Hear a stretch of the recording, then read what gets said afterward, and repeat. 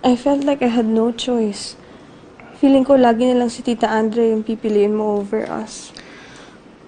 Jessica, I want your Tita Andrea to be part of this family. But she's not. Please give her a chance, okay? Give her a chance.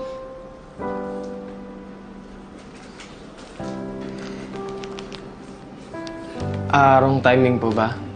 Sige, babalik na lang ulit ako. No, why not? Sige na, iwanan ko muna kayo, ha?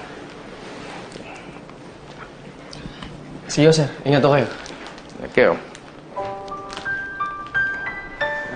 May dala kong bulaklak para sa'yo. Sabi nga pala ni B-Boy tsaka ni Tenten, magpagaling ka raw. Onat, pasensya ka na kung naging matigas yung ulo ko, ah. Ibig sabihin ba niyan, bati na tayo?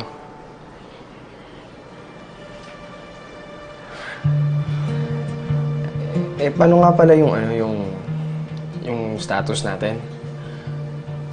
Kasi nalilito ako kung anong ilalagay ko sa FB. Kasi last time na nakita tayo, sabi mo, break na tayo. Onat, ngayong nakauwi na ako sa pamilya ko, mas lalo kong na-appreciate yung mga ginawa mo para sa akin. Kaya salamat. And I love you. Sige, I understand. Ano sabi mo?